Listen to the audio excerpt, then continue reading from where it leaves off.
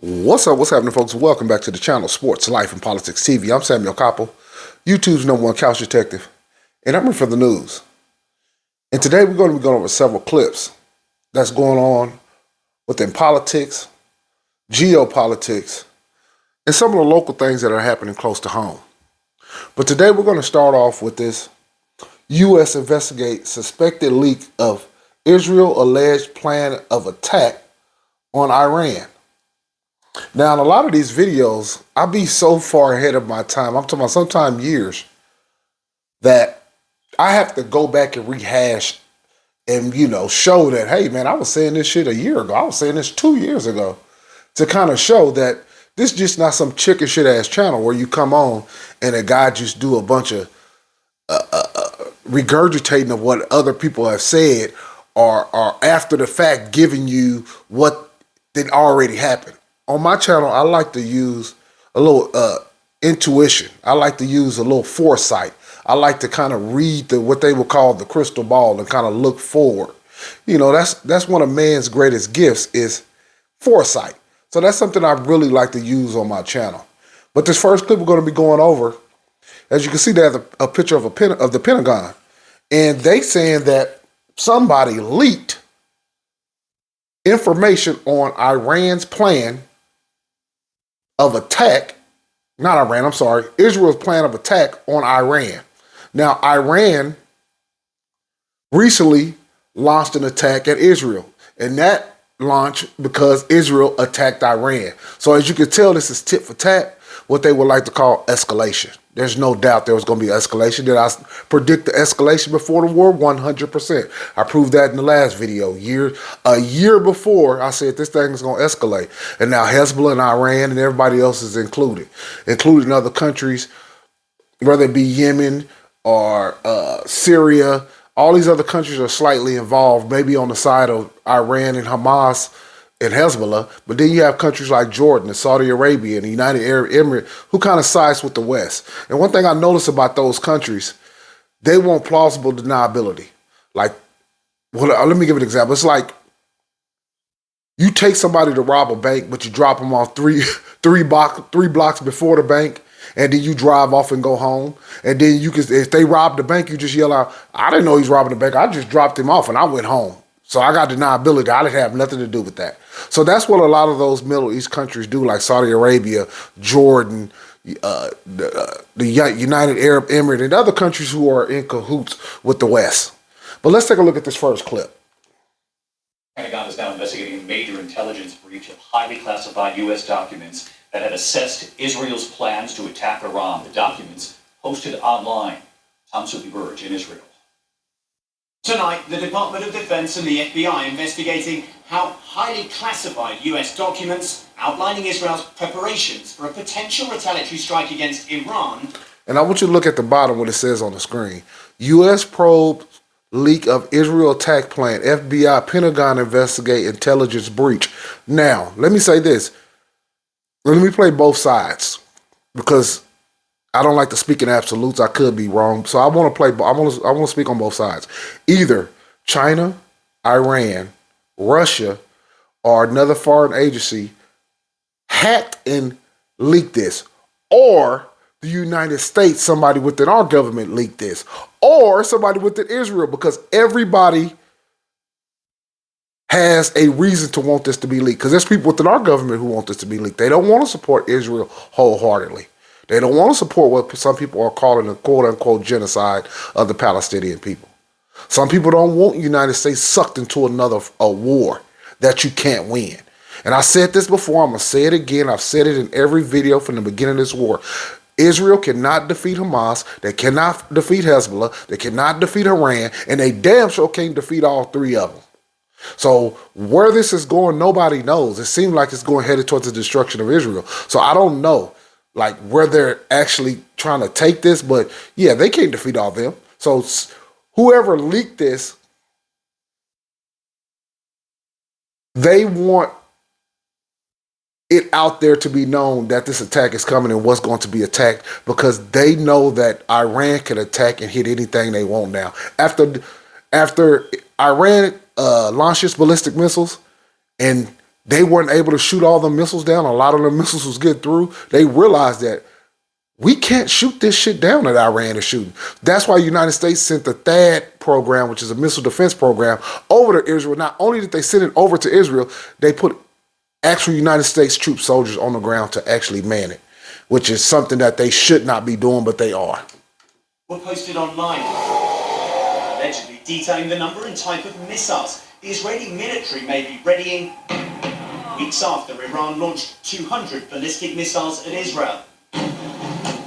US officials immediately launching an investigation after seeing markings that indicate the documents originated from the US agency that gathers intel from satellite imagery, even admitting they aren't sure if this was a leak or a major security breach. ABC News. And let's take that as if that's true and they don't know. That's that's a huge security breach if that's true. Taking it on face value that it is. Now, like I said, somebody could from the United States within our intelligence agency could have leaked that.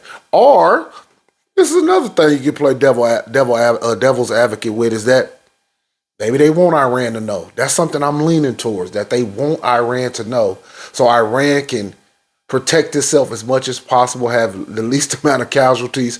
That way, when Iran strike, it's not as brutal, or they don't launch them, because they say they launched 200 ballistic missiles. What if they coordinate with Hezbollah, who's in Lebanon, and they launch 50 drones and 208 missiles, and then they launched 300 ballistic missiles? You talking about, Israel's in trouble, so they don't want that. So it could be that too. It could be that they don't want the full weight of Iran to unleash, because Iran does have the backing of China, Russia, and North Korea too. Is not quoting directly from or showing the documents, which appear to detail movement of Israeli military equipment and munitions that could be used in a potential strike. One of the documents claimed Israel could strike Iran without the US seeing any further visual clues from above. The White House tonight saying it's a serious concern for President Biden. It's being investigated by the appropriate authorities. We're looking into it. Are we concerned? Yes. Are we very concerned? Yes, we're very concerned. The leak comes days after US officials said they had reassurances from Israel that it would target military sites rather than oil or nuclear facilities. It is unclear whether this intelligence breach will impact those plans. But if Iran responds, the Pentagon has confirmed that powerful THAAD American air defense system, manned by 100 US troops, is now up and running. And David, what really matters? Let me say this. If they launch all these missiles, say Israel attack Iran, they launch all the missiles and shit, and they're able to evade the United States THAAD missile program too. That's you really don't even want people knowing that. This is like intelligence breaches that you just don't want. This is why you don't want American equipment and American troops on the ground, because it can make us look bad. It can make us look weak, and that's what they don't want. And the United States is not in any position to fight no wars right now. They're militarily stretched thin around the world. The United States, the people of the United States' appetite for war is non-existent. We have no appetite for war here. We just lost in Afghanistan. People can say it's a victory. You call it what you want, but the Taliban is in complete full control. Who was in control before 9/11? The Taliban. Who's in control now? The Taliban. So that was a war that went nowhere. We killed all of these top generals and top ranking officials of the Taliban, and guess what happened in the end? Absolutely nothing. They're still in control, because you're not fighting an individual, you're fighting an ideology. Now is how Israel plans to attack Iran. Prime Minister Netanyahu saying Sunday Israel is determined to change the security reality in this region for generations to come. David? Sorry, Tom. Impossible. From Tel Aviv, Tom. Thank you. That's impossible. But let's take a look at this. Israel and Hamas signal resistance ending Gaza war after Sinwar was killed. Sinwar is the leader of Hamas. He was the leader of Hamas, who died what they would call a martyr. Like, now, if you're a martyr, martyr, if you're a martyr, that's somebody you're held up. You can't kill one Muslim man in these Muslim countries and think you've done anything, because you can't kill the ideology. That's what the United States learned in Afghanistan and Iraq. It's a wasted time. It's like an ant running out the ant bed and then you step on it and you're like, oh, I got it. But it doesn't matter because they all have the same frame of mind. It does not matter. Let's take a look at the clip. In Yahya Sinwar's hometown of Khan Yunis, a tribute to the slain leader of Hamas before Friday prayers. For the past several weeks, Israel said its 828th Brigade had been sweeping southern Gaza, including the Tel al-Sultan refugee camp in Rafah, where IDF soldiers on Wednesday spotted 3 masked militants and exchanged grenades and gunfire, killing 2. The third, a wounded Sinwar, ran into a heavily damaged building where the IDF says a drone found him. As you can see, that's Sinwar. That's the leader of Hamas. His arm is blown off. He's completely covered in smut and dirt. He has his military garbs on. And he actually threw that stick in his hand. He had a stick in his left hand. He actually threw it at the drone. So to the bitter end, he was fighting. Which any person who's a warrior or admire warriors, you admire that. You might not agree with their ideology or their religious beliefs or political, whatever, but that's not the point. The point is, when you're a man, this man went out on his shield. So him going out on his shield, that only creates more camaraderie. It only creates more of a togetherness with Hamas and the Palestinian people. It's like the resistance of dying. You know what I mean? How the Greeks would say, the Spartans would say, going out on your shield. You actually went out like a soldier. He didn't go out cowering. He actually, when the Israeli soldiers was approaching, actually threw a grenade out the window with one arm, and they had to retreat. That's why they sent the drone in there, and then they shot a tank round in there and blew him and killed him. But that does not help you. You got people in Israel celebrating, man. That makes them people stronger. It does not make them weaker. You did not weaken them. Yeah, maybe temporarily, but we know long term, no, you did not weaken them. Slumped over. From the street, a tank took aim and fired. Only the next day could Israel confirm this was sin. As you can see, he has his military garbs on. He wasn't dressed like he was scared. He had his little rag on his face and head. The little look they go for. He had his little military garb on, and so I actually seen a video. I mean, he knew he was gonna die. That's another thing. These people, when they go into this knowing they fight in the United States or any kind of Western, they know that it's highly likely they're gonna die. So them handing over power to the next man, that's already understood. Joy was immediate for many in Israel, but not for all. What went through your mind? Glad is not the right word, because you never want somebody to be dead. Merav Gonen is the mother of Romy, now 24 years old and still a hostage in Gaza.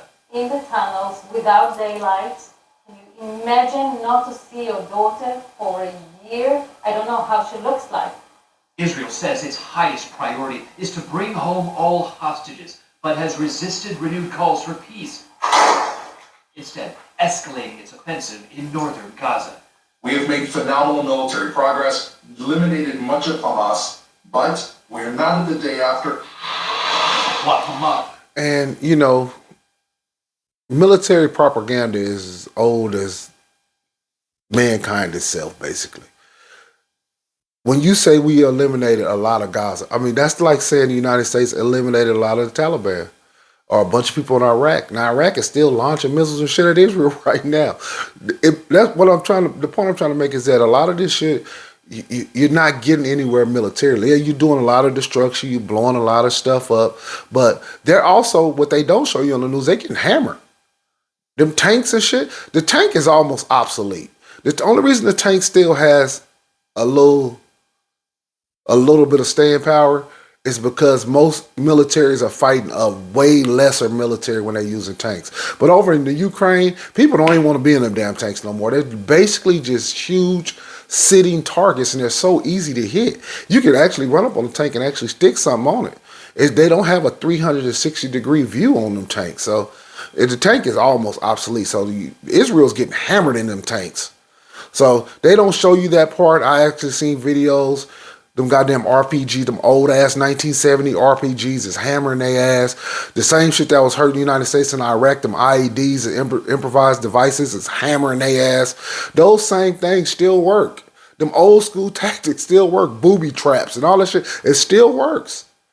But you just gotta have the willing to fight and not be afraid to die. And that's something that Israel is going up against. Officials in Gaza vowed to fight on. I don't think Sinwar's death will impact the war, says Of course not. Ismail al-Sawarta. The Palestinian resistance is not led by a single individual. Nah. Led by the ideology. Lead Hamas is still a big unknown. Yahya Sinwar's brother Mohammed could assume the role. He is believed to still be alive in Gaza. There's the group's top ceasefire negotiator. That's Khalil al-Hayya, and also Hamas's leader before Sinwar. That is Khaled Mashal, and he's living in Qatar. Rainy Inocencio, CBS News, Tel Aviv. But like I said before, that war right there is going to continue to go on for a little while. Israel never defeat any of those. They won't defeat Hamas. They won't defeat Hezbollah, and they damn sure not going to defeat Iran. And the United States is in a damned if you do, damned if you don't, in a catch-22 that they can't get out of because there's a war in Ukraine with Russia, who's an enemy of the United States. China has surrounded the South Sea and the Straits of Taiwan. I'm sorry, I say Taiwan, and they're doing military drills all the time. So I don't know what they're going to do. United States don't want no full-scale war. I know that much, but they do want to actually try to help Israel do what they want to do. That's been plainly obvious. No matter what they say in the media behind the scenes, they're going to help no matter what. Let's take a look at this next clip. New poll shows tight race between Donald Trump and VP Kamala Harris. We are very, very close now. We're only a couple weeks out of a presidential election. Let's take a look at this clip. The presidential race is neck and neck. Both Harris and Trump hitting battleground states in a last-minute race to Election Day. Today, the vice president holding events in Pennsylvania, Michigan, and Wisconsin, trying to court undecided voters. There are moments in the history of our country which challenge us, each of us, to really decide, do we stand for those things that we talk about, including in particular the country over party. In Michigan, Harris bringing out former Congresswoman and prominent Republican Liz Cheney, who is reminded... Why Kamala would bring out Liz Cheney is beyond me. Now, obviously, she's trying to garner a few Republican votes here or there, but really what she's missing is the vote of black people, and especially the black man. Do Negroes have any kind of camaraderie or any kind of connection to Liz Cheney? Absolutely not. Does Liz Cheney give a damn about black people or black men in general? No. Do we care about her? No. So there's nothing there. Why bring her out? They're making a lot of mistakes down the stretch with Kamala, because this is not somebody who they were able to put out there over the long term, over maybe a year, 2 years and a half, 2.5 years, to get her up and ready for this. So they're basically throwing a Hail Mary and hoping that everything works out with them having Joe Biden step down and her step in, that they can somehow sneak her in and slip her in. Do I believe that she will win? No. But is there a possibility? Absolutely. There's always a chance. But she's not a very good candidate. She's not a very good orator. She doesn't speak very well. She's a giggling schoolgirl, and she just doesn't have that aura, that demeanor. She doesn't really have anything. Like, only thing I hear people say, you got to support her because she's a black woman, and she's not even a Negro. She's Indian, and her daddy is a light-skinned Jamaican. She's not even one of us. And it's going to be hard to get people to accept that. They're just not going to accept somebody who's only a Negro when it's convenient. And Liz Cheney, what a waste of time and a waste of space. Voters about Donald Trump and January 6th. He sat in his dining room and he watched the attack on television. He watched it. People pleaded with him to tell the mob to leave, and he wouldn't. And tonight, a new Washington Post poll shows a very tight contest. And let's look at that. They got Trump winning Arizona 49-46. They got Kamala winning Georgia 51-47. They got Michigan, Kamala 49-47. Nevada is dead even. North Carolina, Trump is up. Pennsylvania, she is up. in Wisconsin, she is up. If she was able to hold all those states, she would have a legit chance at winning. There's no doubt she probably would win. Do I think she will hold all those states? Absolutely not. Do I think all the states that Donald Trump is up in will win? 100%. Every state that Trump is up in, he will win. Now, Nevada, as you can see, that's a 50-50. There's not a lot of people in Nevada. You do have Lake Tahoe, Reno, and basically Vegas. Those are the three major cities in Nevada. That's where I stay, which is in Vegas. But yeah, I give Trump an edge in, most definitely I give him an edge in Nevada. We see he's up in North Carolina. He's up in Arizona. Georgia has become a lot more liberal over the years. But even at that, I don't know. To me, that's 50-50. Michigan, I think Trump, when it come time to vote, I think Trump will probably win Michigan, and I think Trump will probably win Pennsylvania. She might take Wisconsin, but I think Trump should, look at how things look right now, as tight as they saying they are. When white people get into them booths, they're going to vote against this woman. They do not, most people just don't like her. She doesn't have a inviting personality. Everything seems fake and scripted. But that's all politicians. I don't want to just throw it on Kamala like she's fake and scripted. Nobody else is. Most politicians are fake and scripted. But Donald Trump, we know he's coming off the cuff, and a lot of this stuff he's improvising on the go. Harris with a slight edge in Pennsylvania, up 2 points, 49-47. In Michigan, up 49-47. Trump leading in Arizona, 49-46. And North Carolina leading 50-47. Former President Trump in North Carolina, touring the damage from Hurricane Helene almost a month ago. Governor Roy Cooper asking for Trump to not spread disinformation. Trump did anyway. They spent money that I don't believe they're supposed to be spending for that, as you know. So I think it's a disgrace what happened with FEMA. Deliberate Oh, I'm sorry.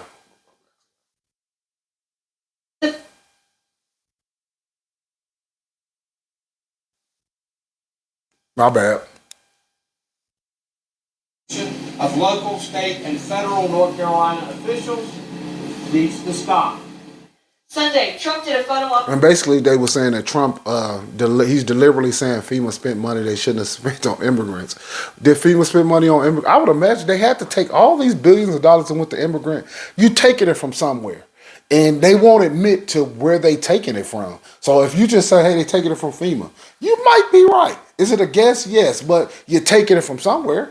There's no doubt about that. That's money that could have went to FEMA. Even if they didn't take the money directly from FEMA, that's money that could have went to FEMA. So either way, it's a legitimate argument. It didn't go towards the American people like it should have. It not. We could have used that money towards the American people. What I mean, wherever they took the money from to get them immigrants, these people that they was flying in and busting in and sneaking in from all over south of the border to Guatemala to Mexico. They could have been using that money for these people now with these natural disasters. That's a fact. At McDonald's, insisting without evidence that Harris lied when she said she worked there in college. I've now worked for 15 minutes more than Kamala. Okay, she never worked here.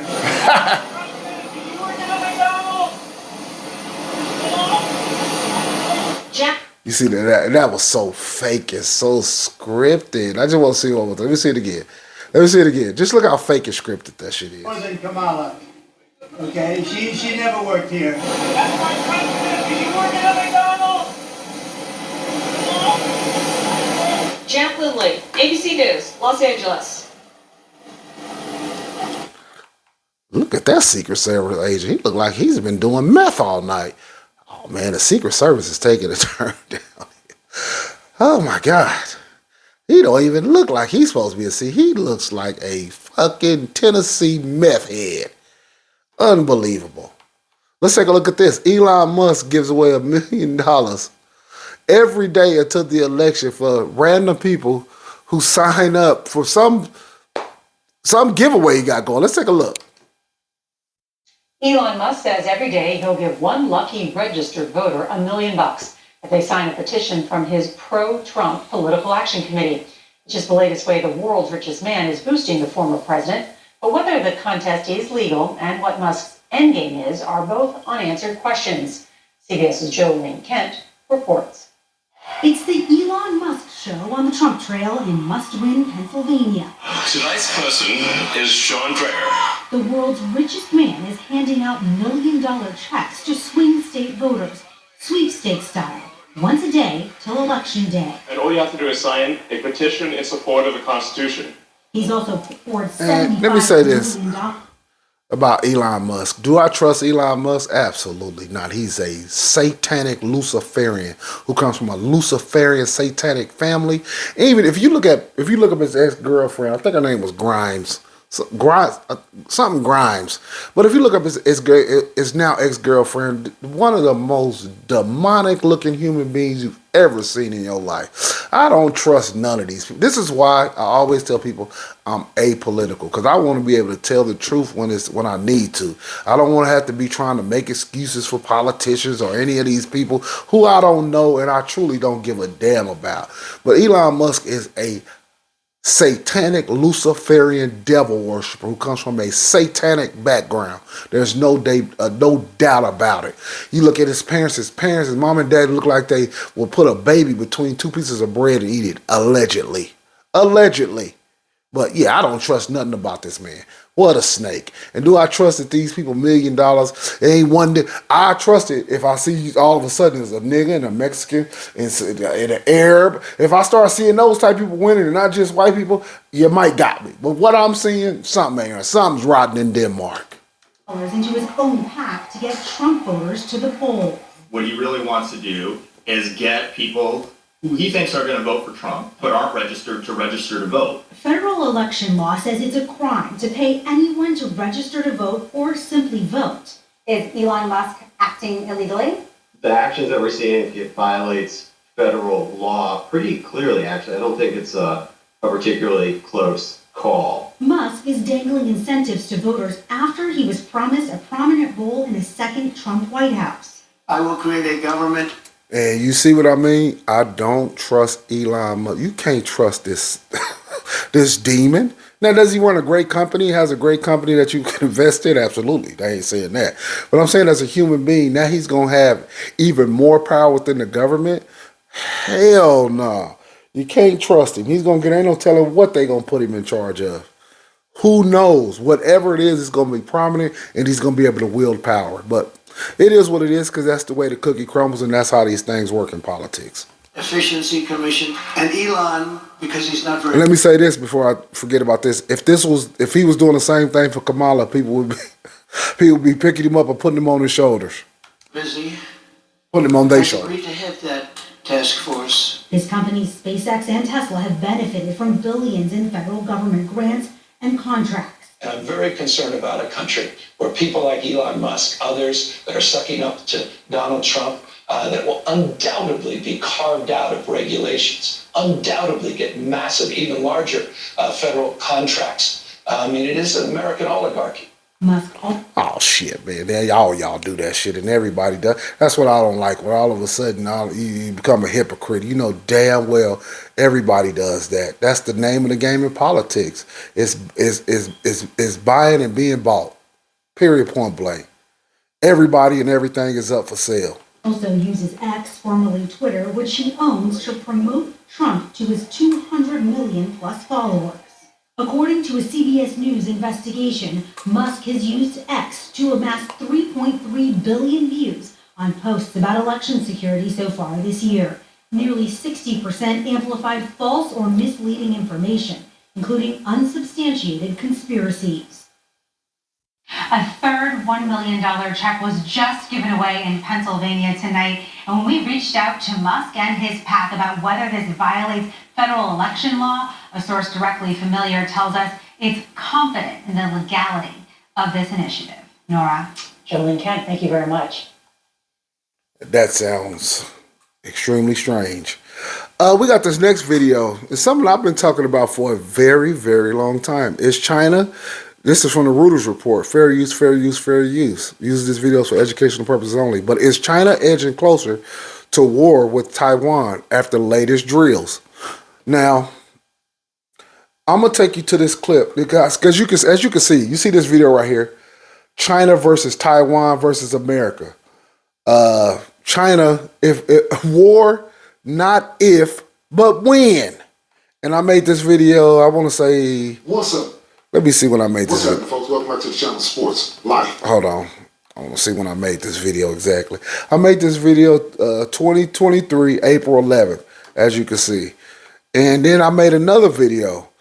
Let's take a look at this video. When I make this video.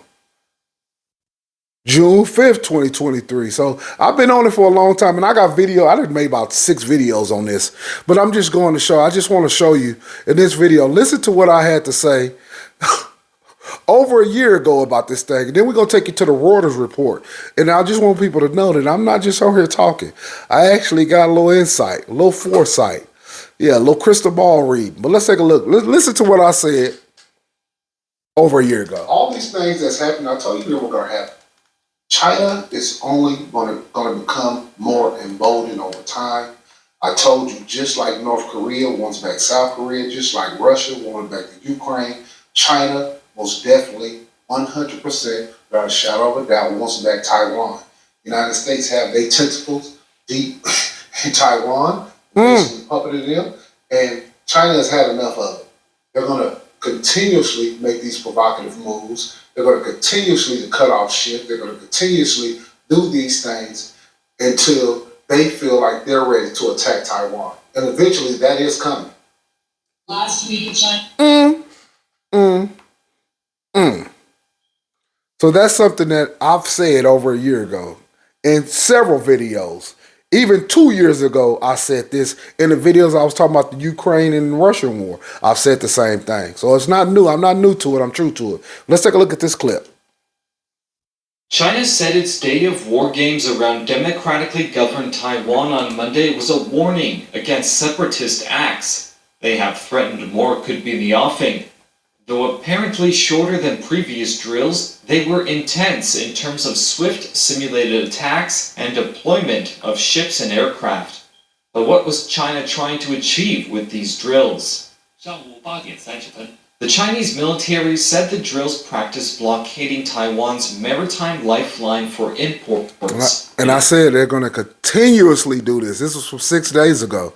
Continuously, and they have not stopped since. They've only gotten closer and bolder and more provocative and doing a little more sneaky things and hacking and cyber attacks and all that type of shit has gotten more and more aggressive. And I told you a year ago it wasn't going to stop. It's only going to get more and more provocative. Aimed to flex its ability to stop the offloading of crucial liquefied natural gas, or LNG, according to one Chinese military expert in local media. Such a tactic could isolate Taiwan ahead of any full-blown invasion.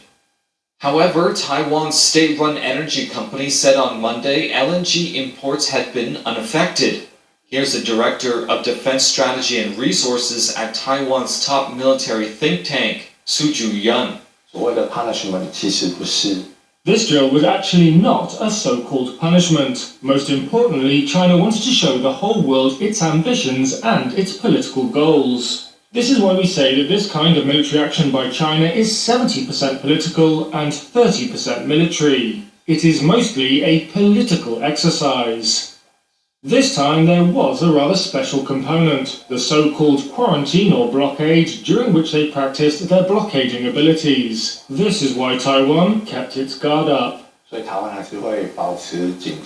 you telling me, oh, it's just all political, but they militarily, talking about 30% military and 70% political, but they militarily practicing cutting you off. They militarily hitting you with cyber attacks. Everything they doing is military. All the political shit is saying that's cute, but none of that shit you can't throw the weight around unless you have the military to do so. The politics mean nothing without the military. So yeah, this man is just talking. I don't know what the fuck he's talking about. He must be delusional.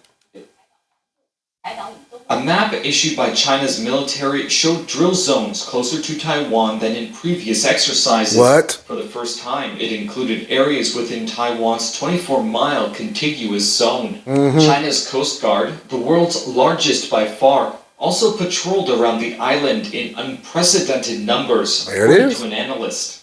Taiwan officials say use of the Coast Guard is part of a gray zone strategy. It stops short of war, but aims to enforce what China calls its right to manage and control the Taiwan Strait.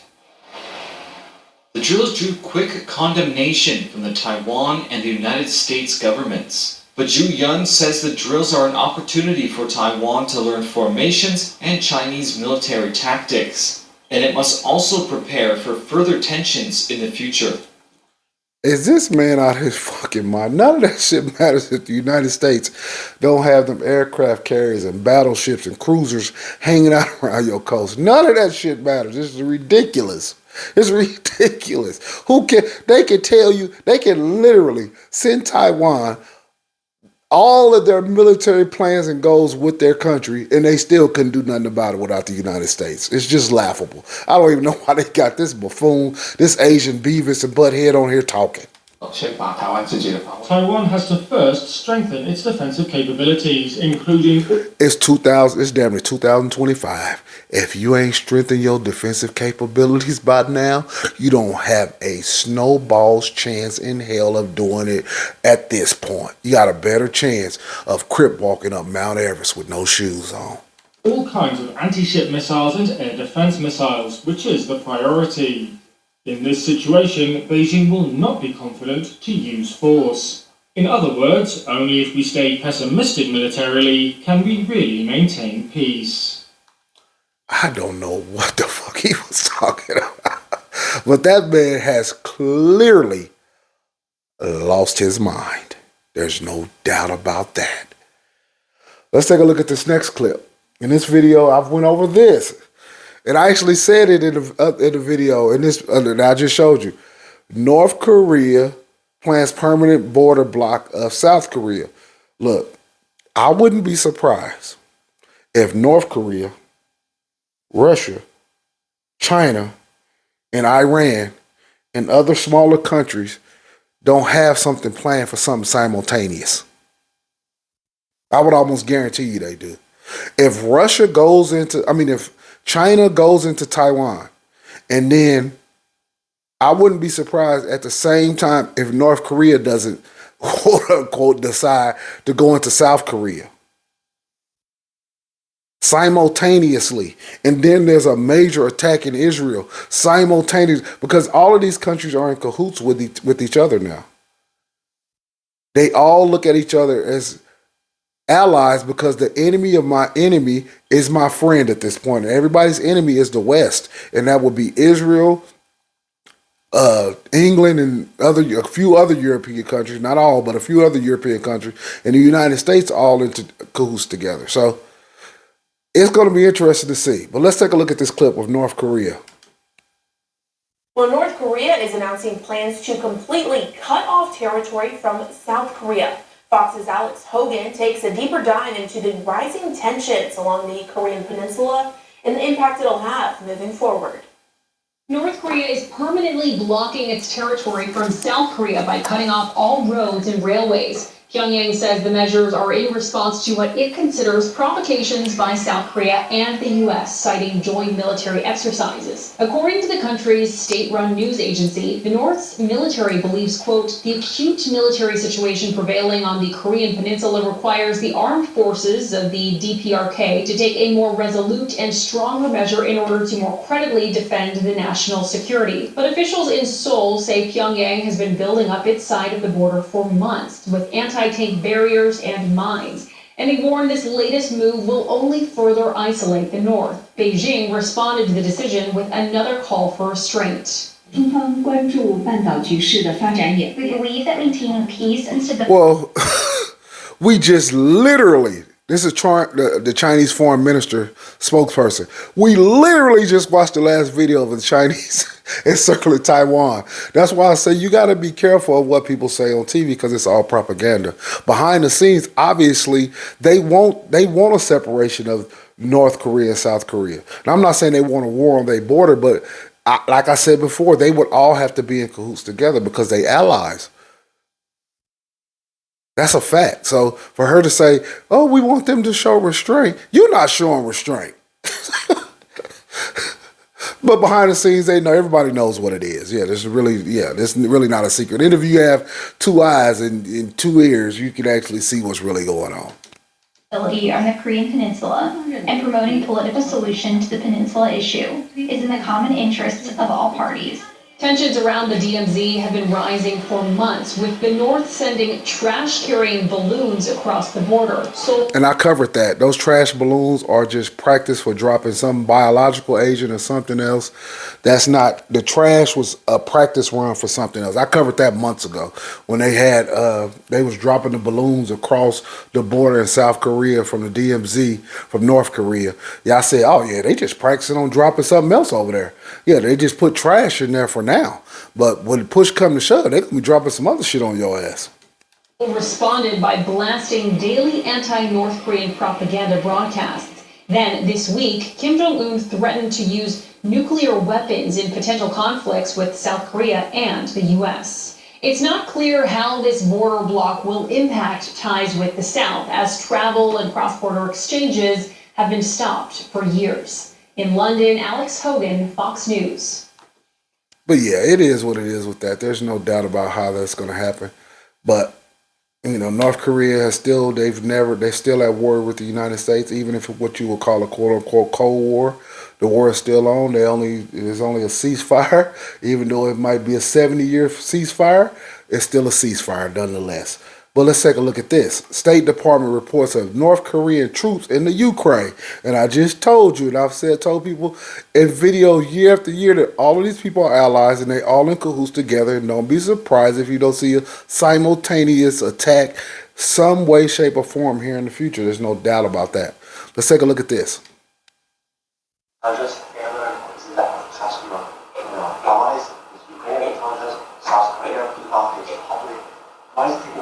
So, Alex, I'm certainly not going to get into or speak to ongoing processes that may exist to verify or ascertain certain information, but specifically as it relates to the question you asked, we have seen reports that the DPRK has sent soldiers to fight alongside Russian security services. We're unable to confirm whether these reports are accurate, but if true, it would mark for a dangerous and highly concerning development in Russia's war against Ukraine. And most people say that the Russians are desperate if they take North Korea soldiers.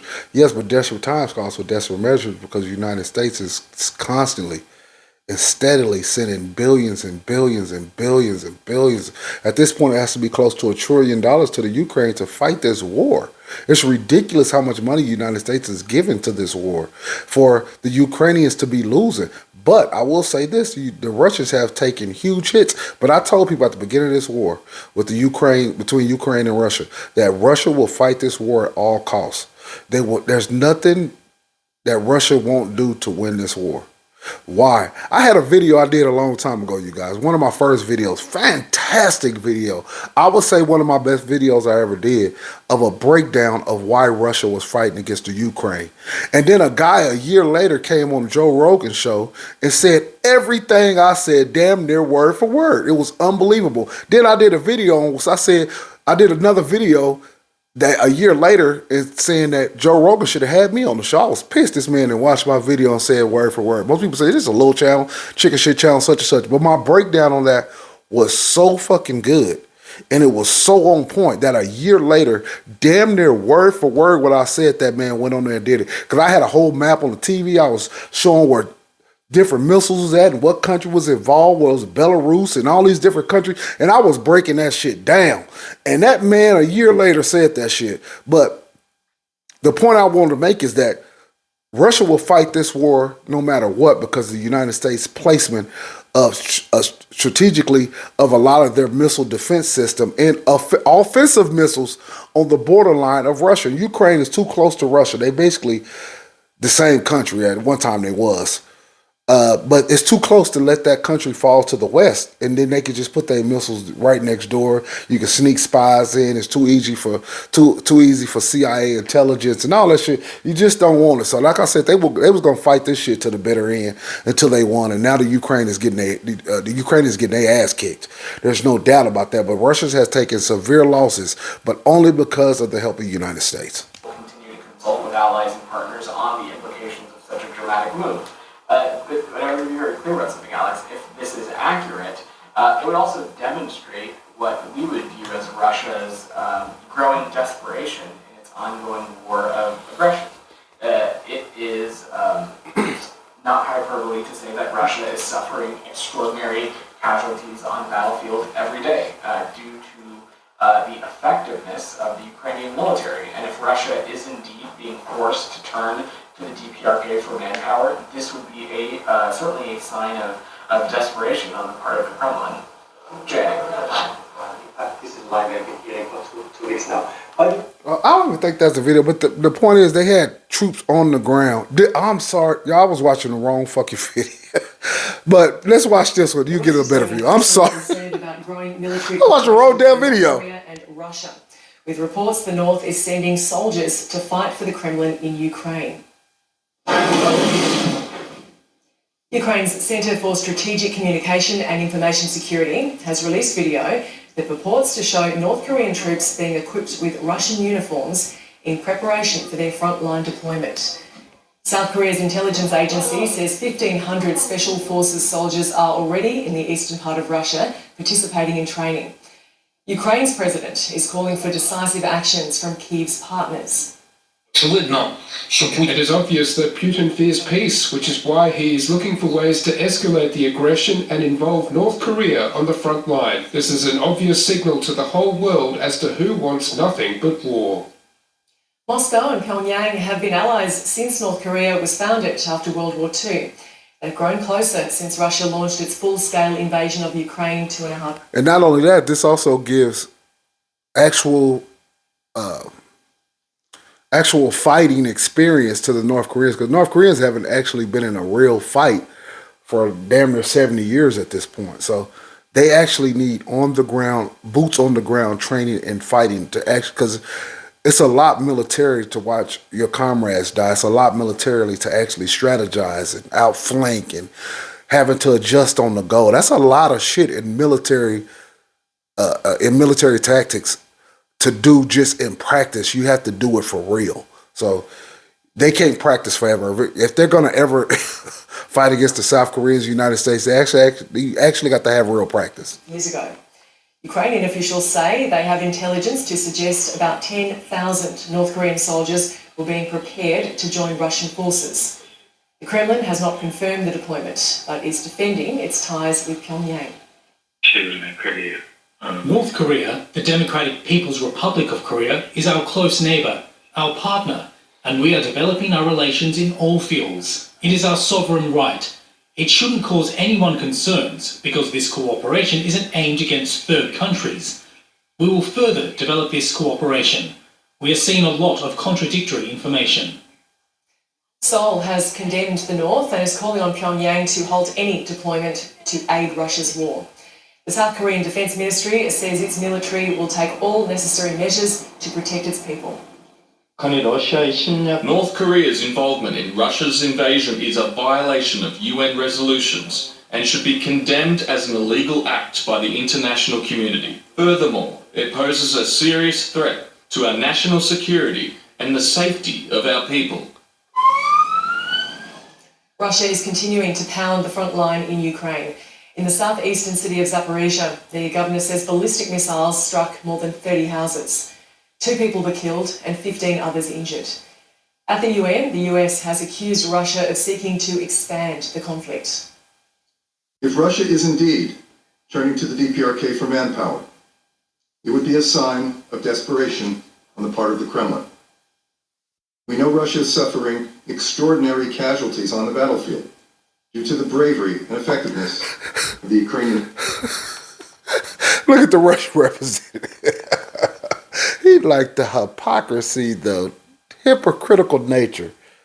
And, I only call it that. That's why this is a pro-truth channel, because obviously I am an American. I do live here in America, so it's not like I want us to lose anything.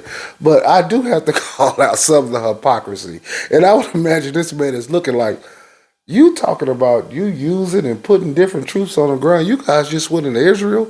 You put THAAD missiles and you got actual American troops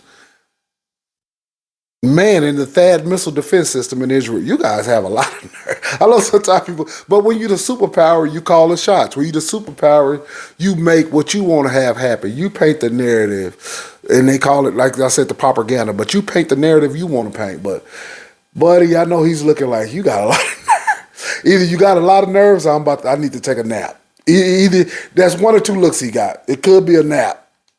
Military. Russia cannot sustain its aggression without assistance, which means this war ends if Iran and the DPRK stop providing military assistance and if China stops transferring dual use war components. Yeah, but like I said before, some of that stuff is just, utterly ridiculous of the hypocrisy of some of the things that people do. I like to go over a lot of these clips, man. All of my stuff that I do on these videos is off the cuff. I don't take notes. A lot of this stuff is just from knowledge I've had from over the years. I always tell people when I was coming up, I watched a lot of the military channel, and I've always been fascinated with geopolitics and world history in general. And we living in a very, very interesting time. And it takes a lot of mental aptitude because I don't have no editing. If I mess up on a word, I have to fix it on the go. There's no stopping and going back. I can't go 30 minutes into a video and then start over. I'm not doing that. So if I mess up, but I try to fix it the best way I can to move forward. So like I said, it takes a lot for me mentally to do some of these videos. As you can see, they're kind of long, but hopefully you get information out of them. Hopefully you get a different perspective out of these videos. I want to give a shout out to all the people who watch my videos. My son, who's over in Guam in the Coast Guard, love you. He's getting married here sometime next year. He hasn't set a date yet. My son Jabril Cortez Thomas is getting married, so congratulations to him. I'm going to give a shout out to my partner Jay, who watches a lot of almost every single video. JB, who watches damn near every single video. My partner Alonzo, who watches almost every single video. And especially if you watch this video all the way to the end, man, I want to tell you it's a lot of appreciation for me. Thank you very much. I appreciate you guys. This has been Sports, Life, and Politics TV. And to all the other people who watch too, before I even get to all the other people who watch, especially if you watch the full video, put your name down in the comment. I'll give you a shout out. I appreciate you too. But this has been Sports, Life, and Politics TV. I'm Samuel Koppel, YouTube's #1 couch detective. Hit that like, hit that subscribe. I just took your ass on Elon Musk as a Luciferian ride. Peace.